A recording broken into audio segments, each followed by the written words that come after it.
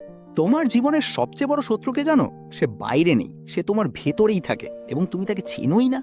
প্রতিদিন সকালে উঠে ভাবো আজকে সব ঠিক করব, কিন্তু রাতে ঘুমানোর আগে দেখো কিছুই হয়নি। তুমি নিজেকে দোষ দাও, আমি কেন এত লেজি, আমার দিয়ে কিছু হবে না।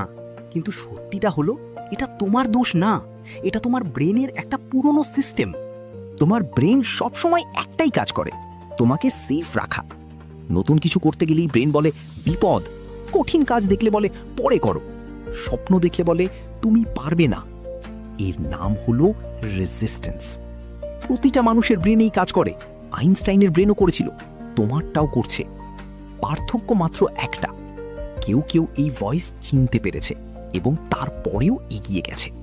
প্রথম কাজ, চিনতে শেখো। যখনই মন বলে পরে করব, 1 সেকেন্ড থামো। মনে মনে বলো এটা আমি না, এটা আমার ব্রেইন।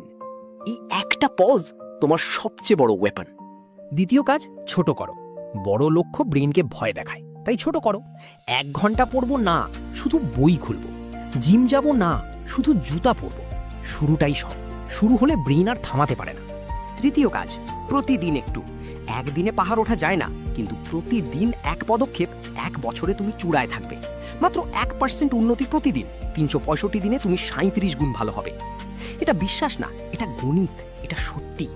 তোমার ব্রেন তোমার এনিমি না, সে তোমাকে ভালোবাসে বলেই সেফ রাখতে চায়। কিন্তু তুমি সেফ থাকতে আসোনি, তুমি এসেছো কিছু একটা করতে, কিছু একটা হতে। আজ থেকে যখনই রেজিস্ট্যান্স আসবে একটু হাসো, কারণ এটা সাইন, সাইন যে তুমি সঠিক পথে আছো। সহজ পথে রেজিস্ট্যান্স থাকে না, রেজিস্ট্যান্স আছে মানে তুমি এমন কিছু করতে যাচ্ছ যা তোমার জীবন বদলে দেবে। কমেন্টে লেখো আমি পারবো, সাবস্ক্রাইব করো, কারণ এই জার্নি তুমি একা করছো না।